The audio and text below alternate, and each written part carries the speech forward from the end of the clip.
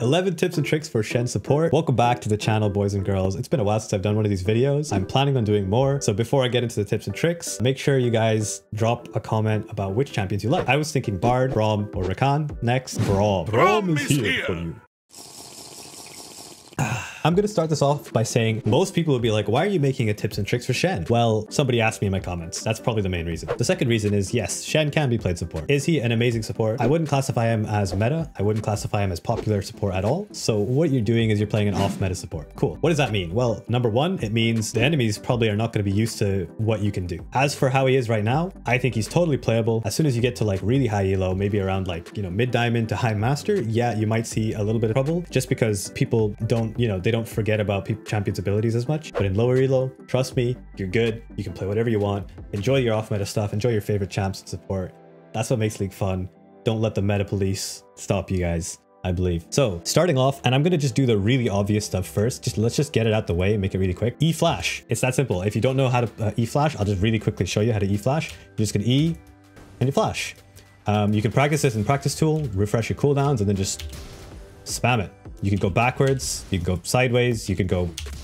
And I'm also just going to intentionally screw it up just to show you, if you don't time it properly, you'll scuff it up and it's bad, and scuffing it up will look silly in game. So if you do stuff like this, I actually just still got it because I'm too good at the video game. Let me try that again. So basically, if you do it too late or too early, as you're taunting, there's this little purple around you. That is what is causing the taunt. You need to make sure you flash in the actual and then you'll get it. That's it. That's literally the first tip. Good job. Well done. All right. So your Q, just as a quick primer, your Q, if it hits an enemy when it's like flying to you, whee, the sword flies to you. So when the sword flies to you, if it hits an enemy and the enemy is running away from you, they get slowed. This is tip number 2. When you want max CC from your combo, you don't want to taunt and sword at the same time. Okay. Generally speaking, you're going to taunt, you're going to auto attack, and then as the taunt expires, you use your Q and they will be slow. Keep in mind what you want out of the trade. Do you want to CC them for a really long time? Which means you taunt, you hit, wait for the taunt to expire, and then apply the slow. Don't waste the slow while there's hard CC. Point number 3 is another simple one. Q,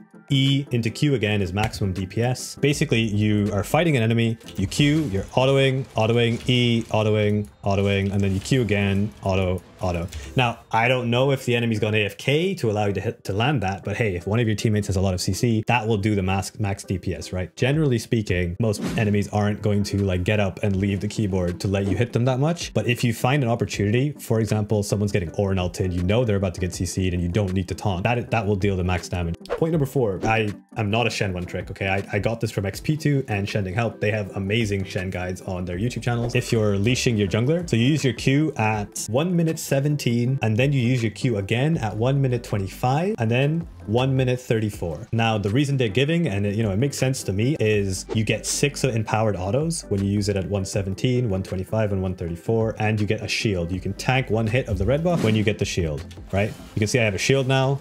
I can tank a hit of the red buff. Your jungler will be happy. Point number 5 is something which I think is hard to explain in a small amount of words, but it's essentially how do you use your W ability? Your W ability is this ability that whenever you're standing next to your sword, you press it, you don't get hit by auto attacks. Any sort of basic attacks don't hit you, empowered attacks, blah, blah, blah. You just dodge. A lot of people use this ability poorly, I would say, especially, lower elo Shens. They kind of just do what I just did. They're just taunting the enemy and just using it, okay? When you are playing Shen, you need to think of your W more as like a Yasuo wind wall. It is not actually a like damage combo ability, nor is it an ability that you should be using in situations just to like block a couple autos. The way I like to think about abilities like this they are reactive abilities. They are abilities that you use to negate one of the enemy's biggest spells or auto attacks. It's generally auto attacks. Spells usually work. For example, you would stop stuff like Nautilus's root, like when Nautilus is auto attacking and he's about to root, pressing W. A million different things you can do, and in top lane Shens will know this, right? Top lane Shens, W is important for trading. But for support Shens, you guys really need to keep your eye on that because you should not just be spamming W, okay? It's a very powerful ability. Use it when Caitlyn has her headshot, Jhin has his 4th auto. You will get way more value out of it, and it's actually a very powerful trading tool in 2v2 bot lane. Point number 6. So your W blocks Baron and Rift Herald auto attacks. Cool. So I got hit by that. Let's try one more time. And I blocked it. Cool. However, some weird quirk of how League of Legends works, Dragon doesn't get blocked. And according to XP2, it's because it's a spell. I did not know that Dragon's auto attacks are spells. That makes a lot of sense because Sivir can spell shield Dragon's auto attacks. Point number 7. This is something that most Shen players know about, but if you're just new to Shen, it's very useful to know. You can use your ultimate on champion portraits. Okay, so I have a little Teemo here. Maybe there's a billion allies around your Teemo and you're like, wow, I don't know how I'm going to click on my Teemo. I need to click on Teemo number 2, but Teemo 1 through 4 are trolling me. Well, you can click on the portraits above your minimap. That will get you the exact champion. And it's really important that you put your portraits above your minimap, in my opinion, because going to the top left is just troll. You'll also hit your camera and it's like, bro, you don't want to be hitting your camera in the middle of a fight. That's cringe. Use your F keys. If you're trying to play League of Legends, learn how to use the F keys, which means you can go look around the map very quickly. I suck at them, to be very honest with you. I should probably use the F keys. Number 8 is another really simple one. However, it is important because Shen's strongest point as a support is his early game. His levels like 1 through 5 are extremely powerful. He has really high base damage on his Q, and he has huge amounts of like burst damage with Ignite and Taunt into Q. It's just really, really scary to play against Shen, so you want to get the most out of his early game. Point 8 is really simple. It's not always bad to start Q. Basically, you can start Q in lanes where you need to push, and you push extremely quickly with Q. So use your Relic Shield plus Q to get the level 2 and secure the brushes, because Shen plays a lot like, you know, a hook champion or like an all-in kind of champion. He really wants to be able to sit in brushes and potentially trap for when they walk up for CS. And then the only point I'll add to this is don't overpush, because as you saw, I overpushed. Imagine if the enemy team are now in front of their tower. I can't really do anything, but I really do think that in some matchups, you can go Q on Shen first if you're never going to need Haunt to trade. So Q is actually really, really good in certain matchups. So point number 9 is another kind of, it's not a combo or a mechanic. It is actually just a PSA, public service announcement for all you Shen players out there. Shen's base damages are ludicrous. Like if I'm hitting this Teemo, like look, I'm a Shen support with no items. You see how much damage I'm dealing? Your levels 1 to 5 are very strong, and you should be trying to pressure and use your base damage abilities as much as possible in situations which you can. So that means take attack speed runes, take your Q burst, your ignite, and your taunt into account when you're talking about lethal and trying to figure out whether you can kill the opponents, and just make sure that you're aware how much damage your champion deals. You know, it can be kind of hard because again, Riot doesn't give us particularly great practice tools, but like, yeah, just play Shen, you'll start to realize, holy crap, at level 3, I can basically half HP the animated carry. And what that means is you're the person controlling the lane. If you have kill threat like that, you should be the one in the brushes. You should be the one threatening the enemy team off of CS, and you should not let them just walk around freely in the first 4 levels, 5 levels. He's extremely powerful early game. Do not waste his Q ability on random crap, and do not waste his level 1 to 5 doing absolutely nothing.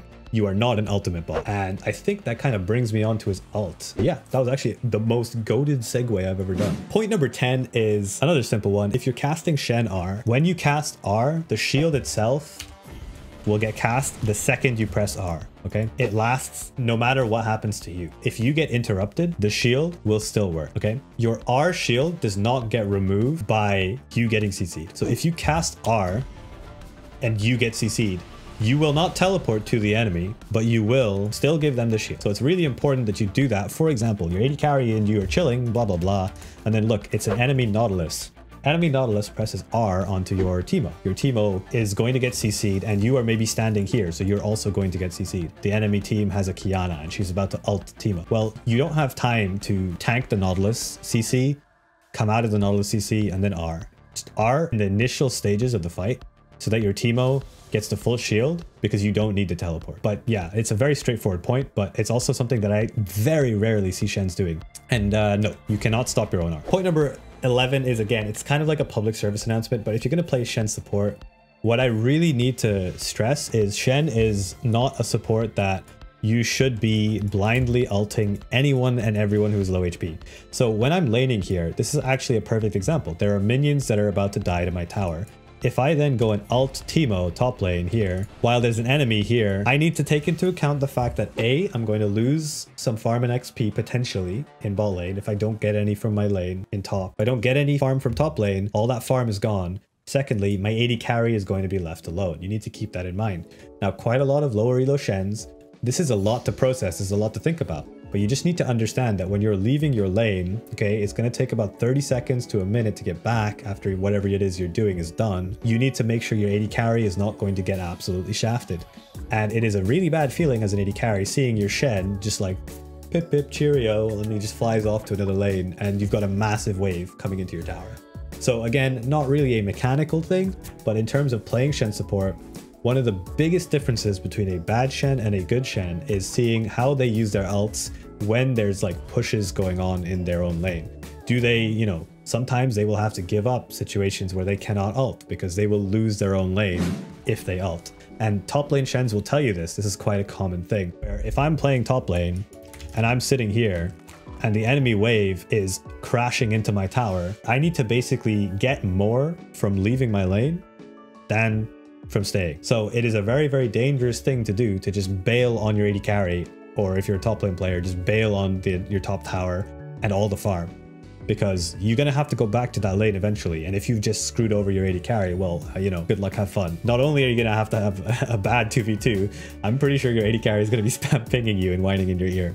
So just keep that in mind. All right. If you enjoy these types of videos, leave a like, comment, subscribe. I don't know how to do the YouTube thing without being cringe and like cliche. If you like these videos, remember to like, comment. No, okay. I can't go that far. It's too much. Tell me what types of champions you want to see. I like doing these 11 tips and tricks videos. They're fun. And also they teach me some new things about certain champs. So, you know, it's always nice to do. And just a quick special shout out. Obviously, I am not the best Shen player on the planet, not even close. I would say two of the top Shen players on EU West are XP2 and Shending Health. These guys have streams. They have like 2-hour-long YouTube videos. They are like incredibly detailed and they have a really cool YouTube channel. I would highly recommend you go check out their YouTube channel. And I don't know, maybe you guys can go say hi to them, tell them that Raisin stole all of their advice and put it in a 10-minute video for YouTube ad revenue.